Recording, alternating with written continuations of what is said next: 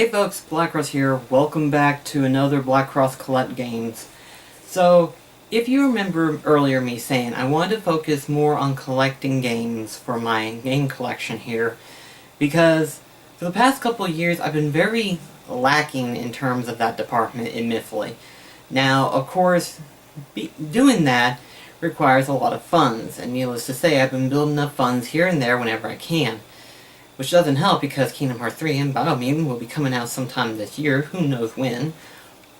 But I did accumulate quite a bit of collection of games, so let's go ahead and get started with me talking about it. So first things first, this is comprised of the past 2 months that I've accumulated games, and I thought to myself, if I build up a big enough list, then I'll do a video of it. And in 2 months, I built just that list. So let's start with the first game, being that for PS4, Earth Dawn. Now, basically in terms of gameplay, it kind of reminds me of that of Odin Sphere and Dragon's Crown. And I thought to myself, I was like, this actually looks interesting enough to get, but at first, I thought it was digital only. And then I found out they had a physical version, and so I decided to pick it up. Funny thing, GameStop had it on clearance for under $10, and I was like, well, gotta get that. If it's under $10, why not, right? The next game that I wanted to get was White Knight Chronicles 2. This one was also in the clearance bin in GameStop, and it was under $5. So I was like, for $4.99, I got the sequel to White Knight Chronicles finally. So it's funny too, it's like I had gotten White Knight Chronicles, and then shortly after I got the second one, so I think that's pretty cool on its own. And technically I did a video talking about it, but I didn't mention when I got it, but here is Metal Slug's Entourage for PS2. Now, I had wanted to get into a particular run and gun series after I've been playing Cuphead and everything like that. And while in terms of difficulty I didn't like, gameplay-wise I did enjoy. So whenever I looked it up and found that Metal Slug's Anthology, the Metal Slug series, is one of them, I was like, well, I can get it whenever I can get a chance. And this just happened to have a listing on eBay for like $10. So I was like, definitely gotta grab it. So hopefully I'll get started on this one sometime soon. Don't know when, but I will try my best. Another one that I've got is Medieval. Now, you can probably tell just by looking at it, but it's not the official case of it, but rather it's just the game itself. So, they only had the game for like $20 at this one retro store that we went to Knoxville.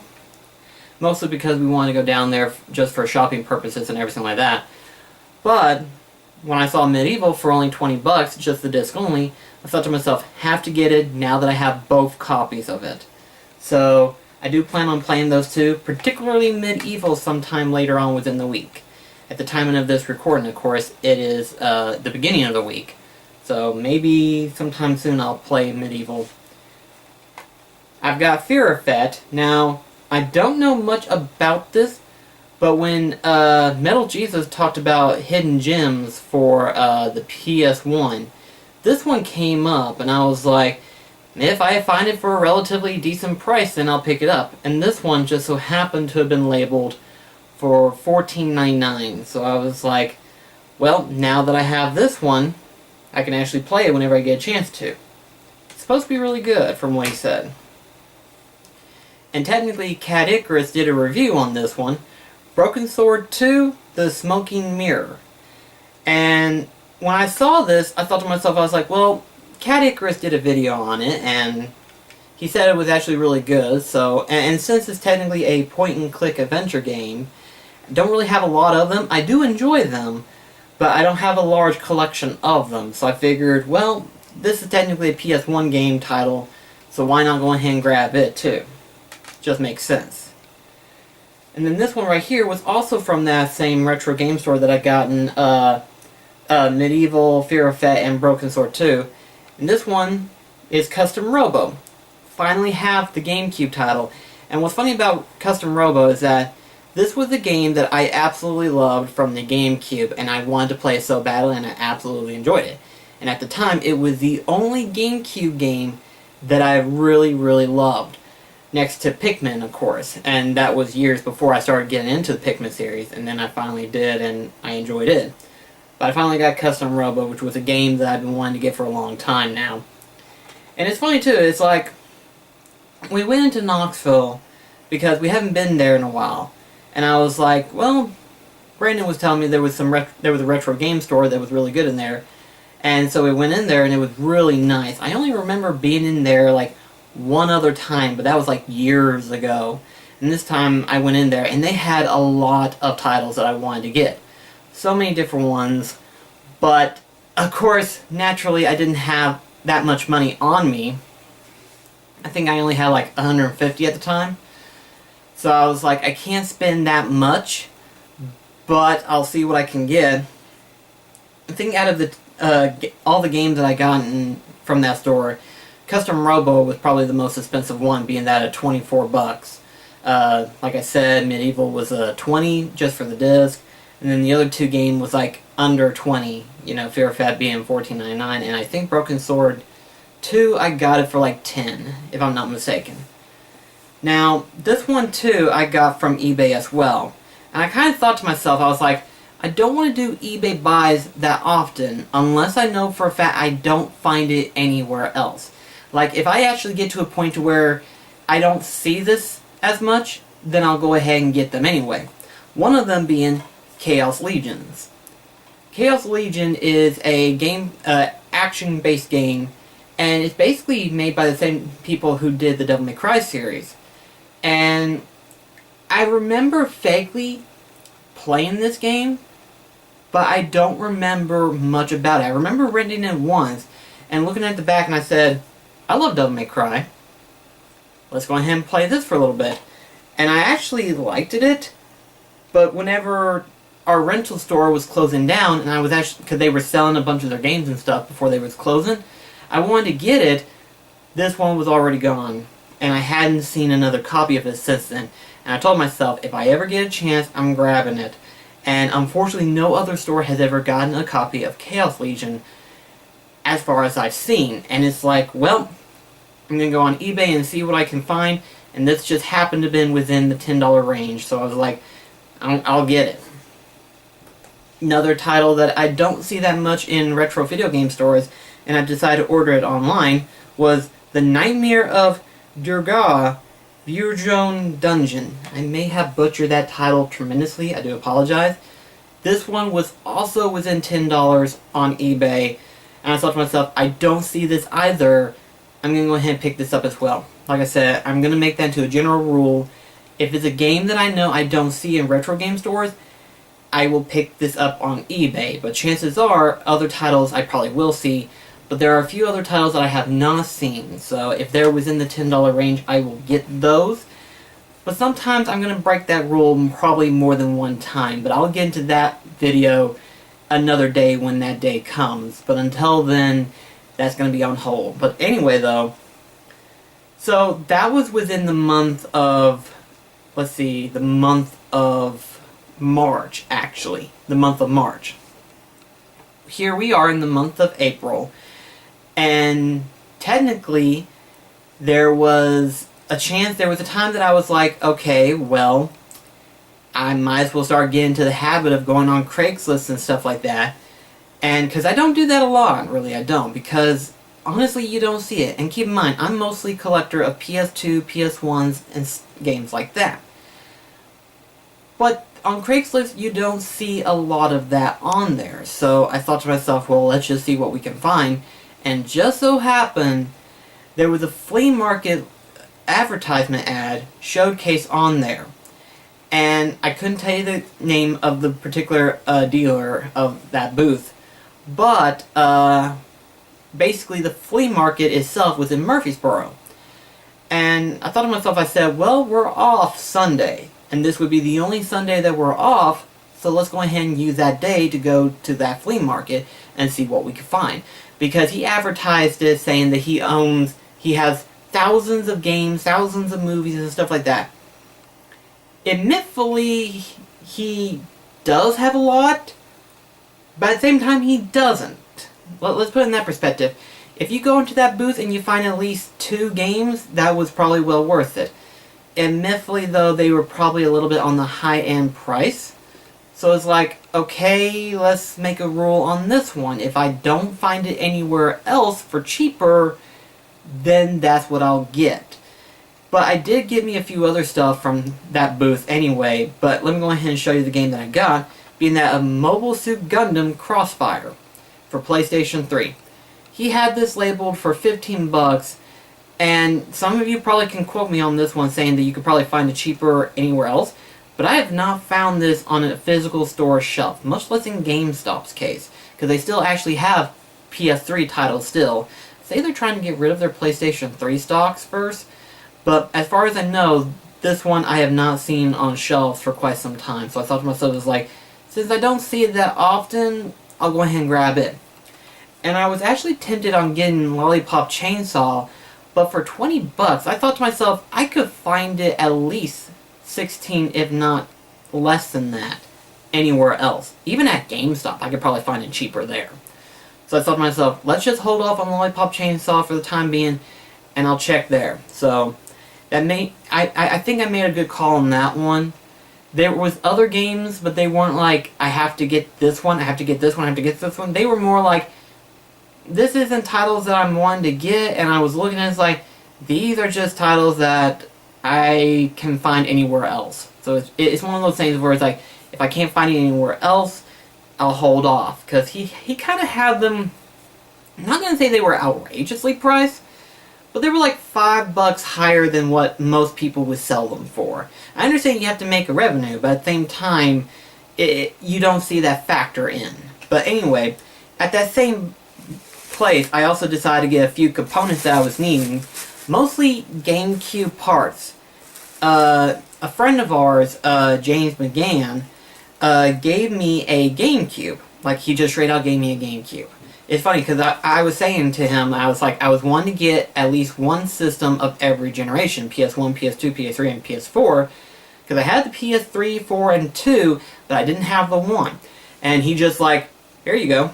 I was like, are you serious? He's like, it's just the system itself, you'll need the components, but yeah, here you go. I was like, well, gee, thanks.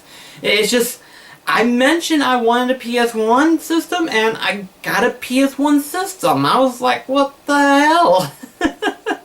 I mean, it's one of those things. It's like, sometimes you'll have some of the better friends than you ever thought, just by talking, and they'll tell you, it's like, hey, here's a game that you might be interested in, or here's a system that I technically own, and I just happen to have a second one, so here you go.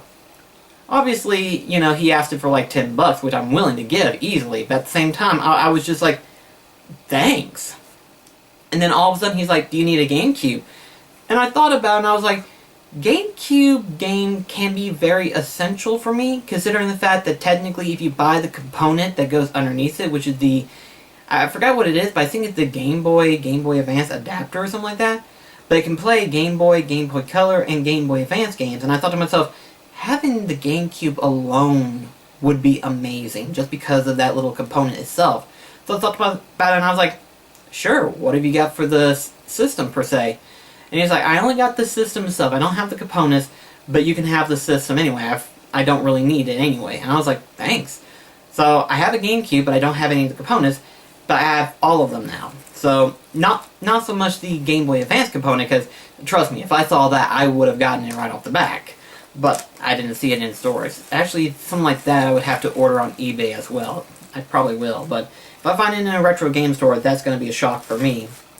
But, yeah, I've got the memory card, as well as I have the AV cables for it, and then I have a controller.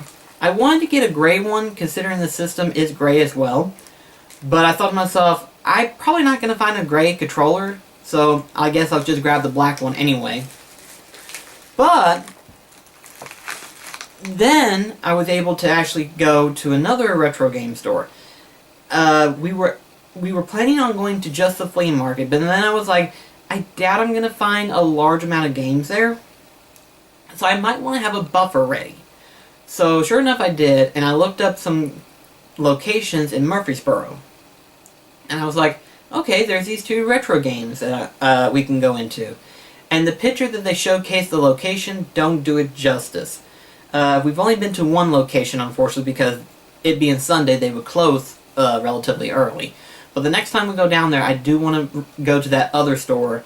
But this one called Play and Trade. And they had a pretty good inventory from what I saw. I didn't get a whole lot because I didn't have that much money on me that day anyway. Plus, I didn't want to spend that much, but I thought to myself, if I could spend at least $100 in that one store, that would be good enough for me. And sure enough, I did. Go figure, right? But I got myself the GameCube power adapter. So now that I have all the components needed to actually power up and play a GameCube system, I will probably be playing a GameCube title someday in the future. We'll see what happens on that one. But then I decided to look even further at all the other stuff that they have, and they have quite a bit of stuff. Most expensive one that I picked up from there for $40 was Xenogears. I don't see this a lot. I don't. In fact, I hardly ever see it priced under $50, Xenogears. And I thought to myself, this one's really good from what I've heard, so I might as well go ahead and pick this up. But there was another game that I wanted to get as well, and that was Persona 1 for PS1. The only problem was, it didn't have its original case, and it was for $80. I can easily find that in its case, with the original cover and everything like that, probably for at least $90. So it's like, for that 10 extra bucks, I'm willing to wait a little bit longer to find it, but that one I don't see in stores at all. So, so it's like, I don't know if I made the wrong choice or not, but for $80, I was like, I don't have that much money, so I'm going to hold off on Persona 1 for now, but I'm going to get Xenogears. So, you let me know if I made the right call or that or not, but we'll see what happens. So, but the next one that I got, Armored Core for Answers for PS3. I am slowly building the Armored Core series up because I've been wanting to play this series. Because I mean, you're fighting with giant mech robots. They're like Gundams. So it's like, you might as well play the series and see what it's like, you know. And then another game I wanted to get for quite some time, because whenever I rented this a few years back, whenever Amps was still a rental game store and before it went out of business, they had a bunch of rental games. One of them was Yu-Gi-Oh! Capsule Monster Coliseum. This is actually a really good game, and if you're a fan of Yu-Gi-Oh! This one will probably be increased even more. If you're just one of those people who like strategic battle games and stuff like that, this one is just as fun as well. Basically, you take your capsule monster and you place them on the battlefield, and you move them and fight other monsters as well, and your goal is to beat the opponent. Actually, it's been quite some time since I played this, so I'm not quite sure about the whole rule itself. But I'm pretty sure there's like another statue or whatever that you have to attack using the capsules itself. It's sort of like, imagine Dungeon Dice Monsters from Yu-Gi-Oh! But instead of like a set path that you set them in, they're free roam. But they have a set movement that they can go on. Like I said, I don't remember how the gameplay works, but I'm pretty sure that same concept. Another one that I got from there was Wipeout Fusions. I've got like 2 Wipeout games total. One for the PS1, and then this one for the PS2, so that's good. And then another Armored Core 2, Another Age specifically. So that's going to be cool. Got that in my collection to add. This one, I originally didn't have it wrote down, but since I saw it, and I thought about it, and I said, Metal Jesus talked about this a lot in his videos, and I thought to myself, it's like, considering the cover looks really good, and considering the fact that the gameplay looks interesting, I should just go ahead and pick this up as well. And that being Gunfuhren Blaze. I don't know much about this. It's basically a first-person mech fighting game. And it's one of those things where it's like, the cover itself looks cool, the concept is cool. I might as well pick this up just to play it and see what it's like, and chances are I'll probably end up enjoying it regardless. I've been picking up a lot of mech games lately. People might get the wrong assumption that I like giant mechs. No, I like giant robots. Not mechs, robots. But the final game that I've got here is iNinja. Now, I know this is technically available for the GameCube, but I want to make certain that if it's not available for the PS2, then yes, I'll get it strictly for GameCube. But if it's also available for PS2, then I'm going to pick up the PS2 version, obviously, because, I mean, I love the system. PS2 is my favorite console so far of the batch. But basically, iNinja is basically a platformer game where you play as a ninja. That's to be obvious, but overall, you can probably tell just by looking, the majority of the games that I've got here is mostly PS2s. And that's only because there's a lot of PS2 titles that I still need to get. And after checking off the entire list and everything like that, I'd probably say I still have a ways to go before I'm even that of, like, the amount of games that I would like to get towards the end of the year. Like, my goal is to try to get at least 300 games before the end of the year. I started out, by the new year that is, 215 at least. So I say I'm kind of building it up, but it's more or less on the slow end side. And of course, like I said, these are games that I've been wanting to play for a long while. And as I'm building up my collection of, like, games that I want to play and try out and stuff, I'm checking out other YouTube channels, like, for example, Alpha Omega Sin, Metal Jesus, Happy Console Gamer, so on and so forth like that. And I thought to myself, you know what? I definitely want to try these games out. I'm going to write them down to where I can remember what these titles are. And trust me whenever I say this, there's still a lot more games out there. Some of them are within the harder to find regions, and some of them are within the cheaper finds that I can easily get for like $10, no problem.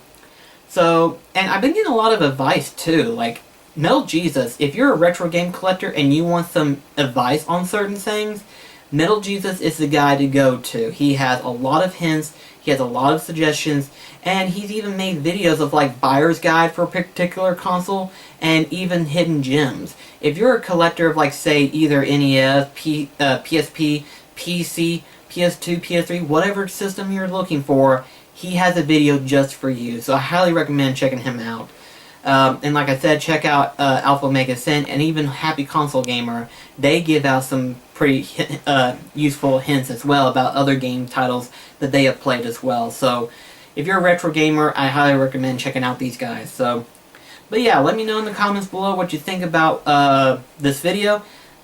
I don't know when I might get another one set up, but like I said, I wanted to make this a continuation. I'm going to try to keep track of all the games that I collect within the time, and if I get a good stack of games build up, then I'll make another video out of that. So, thank you so much for watching. I'll see you in the next video. This is BlackCross signing off. See you later, guys.